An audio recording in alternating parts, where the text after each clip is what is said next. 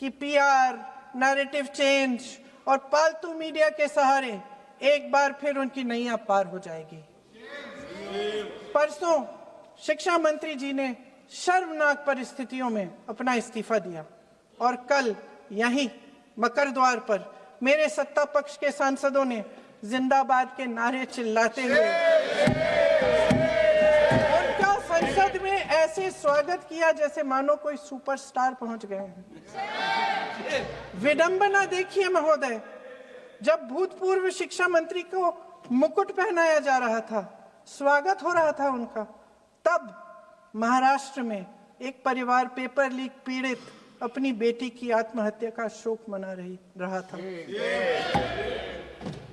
आपकी सरकार ने देश के करोड़ों छात्रों को क्या संदेश दिया? आपको किस बात का गौरव है, किस बात का अभिमान है? ये कौन सा अहंकार है? जहां आंखों में शर्म होनी चाहिए, वहां बेशर्मी और स्वागत के नगाड़े बजाए रह रहे हैं। एक तरफ मातम है, दुख है, यहां फूल माला डाल रहे हैं। कोई आप पर कैसे यकीन करे?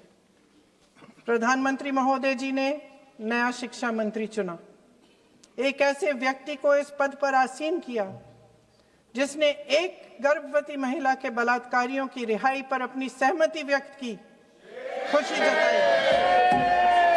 देश की करोड़ों लड़कियों को प्रधानमंत्री जी ने क्या संदेश दिया? सर, अखबारों में है। अखबार में नहीं, मेरा कुछ भी बोल के चले जाते हैं क्या? अरे ये तो कैसे, क्या है इनके पास? ऐसा ही कोई आरोप लगा दीजिएगा। कोई नियम कानून नहीं है।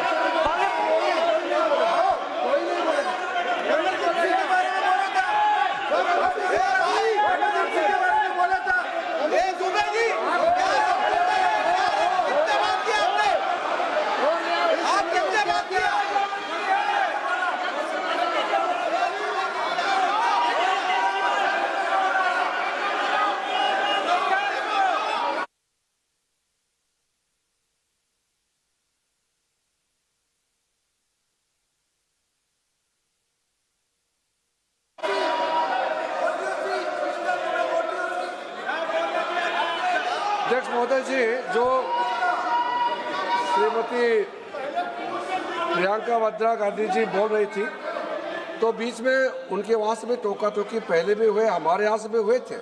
अभी हम लोग तो शांति से सुन रहे हैं, लेकिन जो अभी अभी हमारे वर्तमान नए शिक्षा मंत्री को जो उन्होंने टिप्पणी की, कैरेक्टर असैसिनेशन है एक तरीके से संसद में, और इस तरीके के भाषा हम उम्मीद नहीं करते हैं। मैं इसमें प्रहलाद जोशी जी ने भी खुद कहा है, एक तो उन्होंने प्रियंका जी ने जो गलत बात कही है रिकॉर्ड पे, उसको रिकॉर्ड से हटा दिया जाए। दूसरा इस तरह का भाषा का इस्तेमाल ना करें। आपने डिबेट से पहले आपने अपील किया कि संसद में डिबेट का स्तर को नहीं गिराने चाहिए। उनके पार्टी के वो सीनियर लीडर है, वो पहली बार चुन के आए हैं, मगर उनके पार्टी में सीनियर है। जिम्मेदारी के साथ बोलना चाहिए। अगर पूरा ऑथेंटिकेट नहीं कर सकते हैं तो मैं ये मानता हूं कि उनको क्षमा मांगना चाहिए सदन से।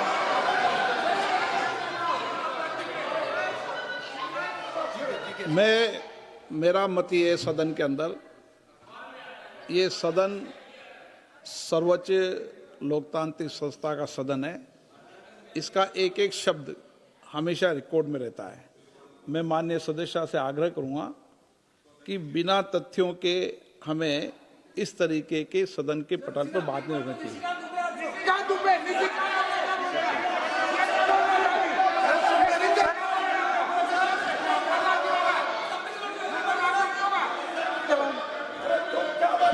ये तो डिलीट कर दिया, लेकिन आगे भी वो भी डिलीट करा सर। ये तो निशिकांत बोलता, वो भी ये सीधे क्या बोल रहा था, डाटा का कर रहा था सर।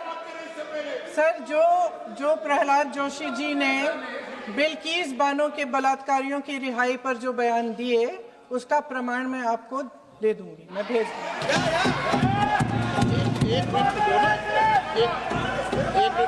मैं ऑथेंटिकेट करूंगी। स्पीकर का डायरेक्शन 115, उनको पहले ऑथेंटिकेट करने कहिए सर। ऑथेंटिकेट करेंगे उसके बाद वो आगे बढ़ेंगे, ऐसे नहीं होगा। पहले ऑथेंटिकेट करने दो सर। उनको ऑथेंटिकेट करने के लिए कहिए, ऑथेंटिकेट करने कहिए उनको।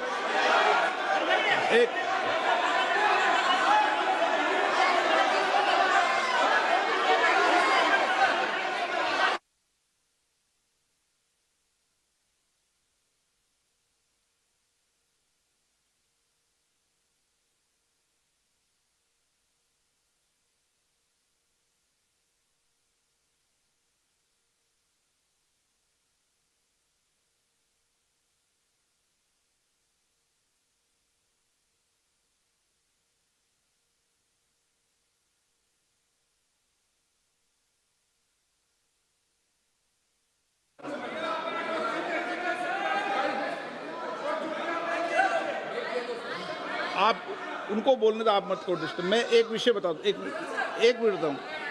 नियम 353 के अंदर फिर मैं एक बार स्पष्ट कर दूं, किसी भी सदस्य द्वारा किसी भी व्यक्ति के विरुद्ध मानहानि या अभियोगात्मक प्रकृति का कोई आरोप नहीं लगाया जाएगा जब तक कि सदस्य ने अध्यक्ष और संबंधित मंत्री को पर्याप्त अग्रिम सूचना नहीं दे दी हो। यह व्यवस्था है।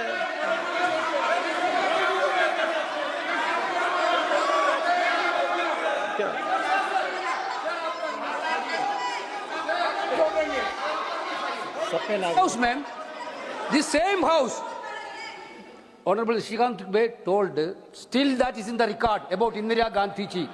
Still that is in the record. Still that is in the record. Sir, you are not removed, sir. बोलो, आप भी बोल लो।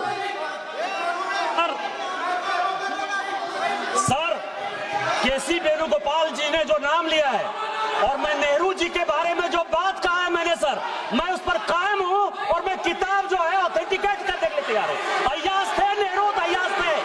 मैं फिर दोबारा रिपीट कर रहा हूं, आई एम अगेन रिपीटिंग। यही फैक्ट है और मैं किताब में ऑथेंटिकेट करके दे रहा हूं। I am authenticating that book.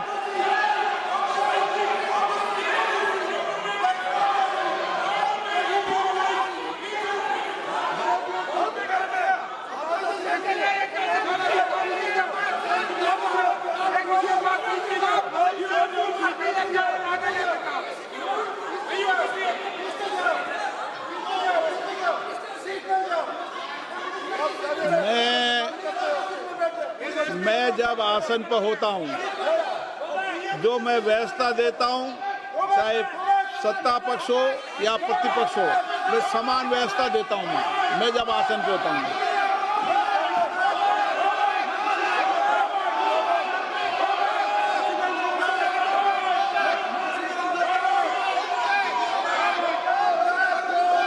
Please बोलने दो। आप उनको बोलने दें,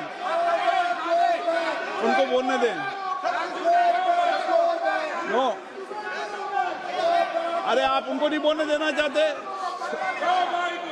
चलिए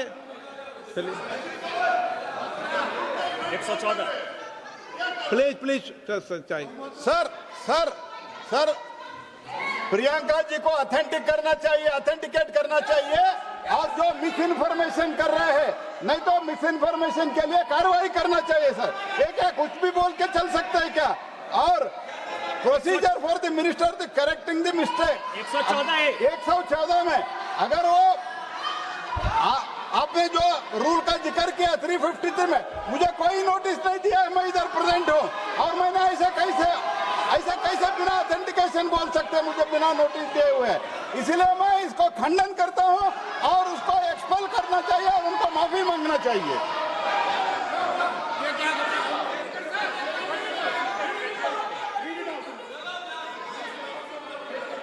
नहीं, ये चैप्टर आगे नहीं बढ़ेगा सर। बिल पे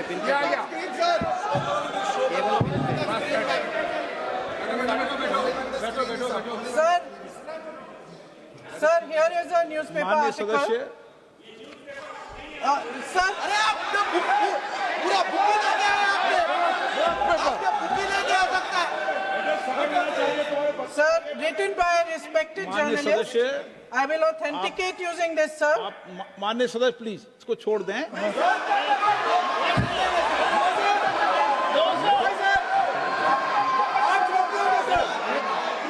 सर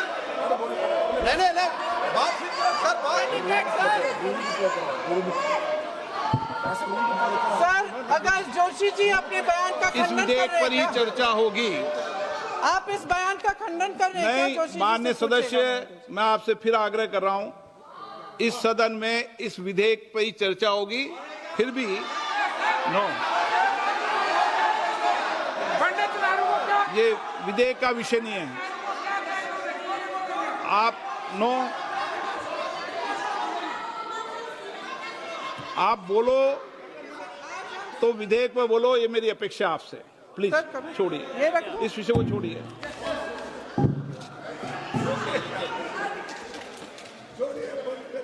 आज हम सदन पटल पर एक ऐसे विधेयक में संशोधन पर डिबेट कर रहे हैं जो 2024 में पारित हो चुका था, और इसमें मुख्य संशोधन यही है कि पेपर लीक के अन्य अपराधों के लिए सजा बढ़ाई जाएगी।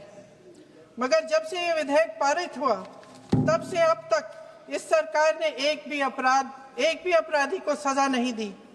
आपने देखा है कि कल और परसों से फेस रिकॉग्निशन द्वारा प्रदर्शन करने वाले बच्चों के नाम और पते सार्वजनिक किए जा रहे हैं, मगर यही काम पेपर लीक करने वाले अपराधियों के लिए अभी तक नहीं किया गया।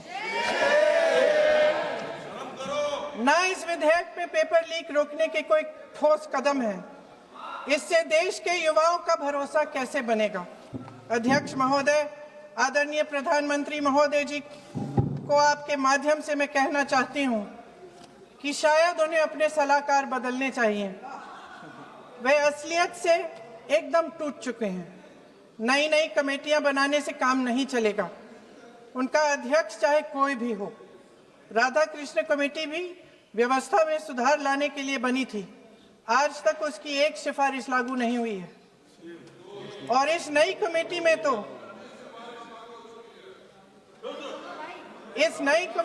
तो एक एक्स-आईबी चीफ, फिर चिल्लाएंगे, एक एक्स-आईबी चीफ, एक आईटी कंपनी के मालिक और एक गौमूत्र के विशेषज्ञ भी हैं।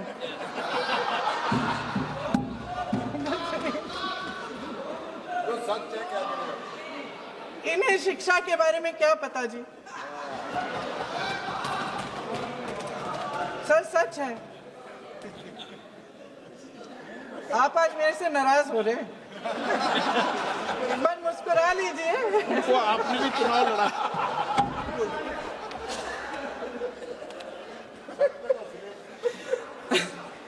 सर, फास्ट ट्रैक कोर्ट्स का रिकॉर्ड पहले से ही बहुत खराब है। वैसे भी कल की सुनवाई में सीबीआई का वकील पेश ही नहीं हुआ। संसद में विपक्ष को दोषी ठहराने से, खोखले राजनीतिक खेल खेलने से काम नहीं चलेगा। आप जेन जी का भरोसा वापस जीतना चाहते हैं तो नए एंगल से, अपने फोन से नए वीडियो बनाने से नहीं होगा।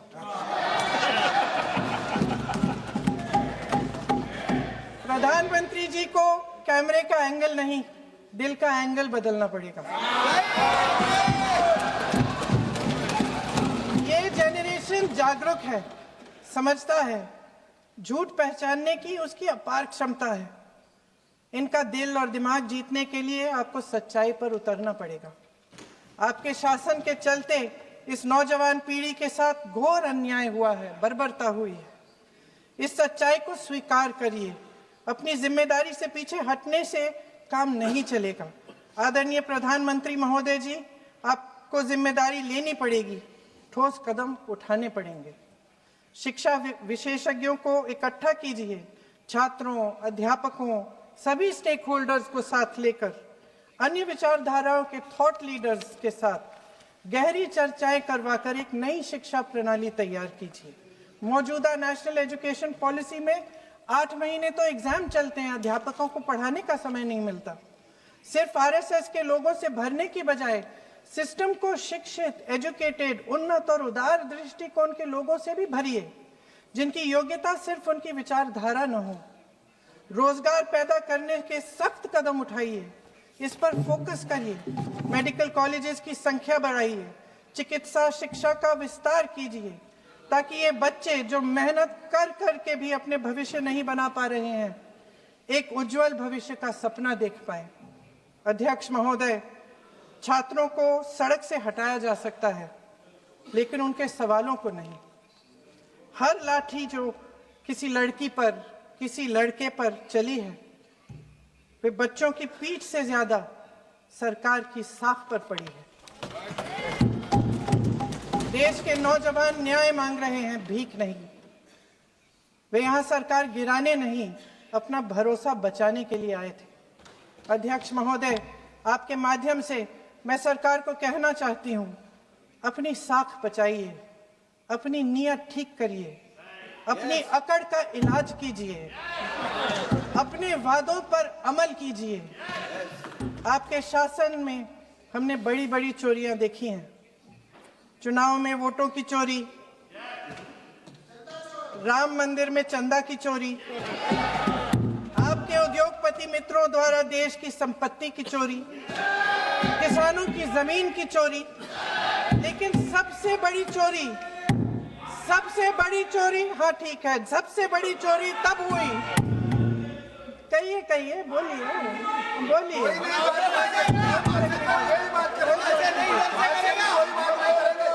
सुन लीजिए, शांति से सुन लीजिए, शांति से सुन लीजिए।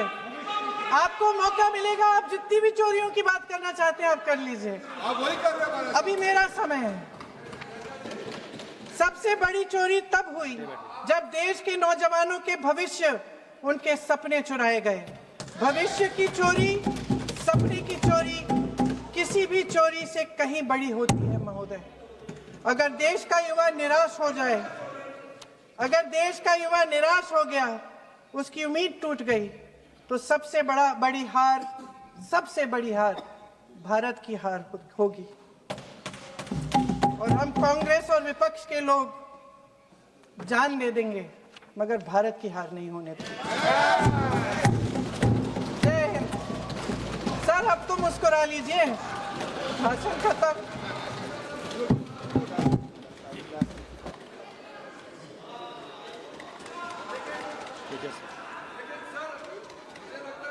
जी ने राहुल गांधी जी का स्पीच का चोरी कर लिया है, वो पूरा ड्रामा।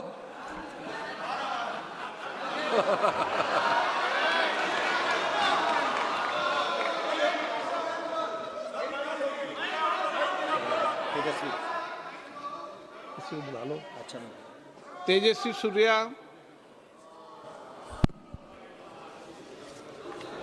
धन्यवाद स्पीकर सर। ಟಿವಿ ವಿಕ್ರಮ, ದೇಶ ನಿಮ್ಮ ಕೈಯಲ್ಲಿ.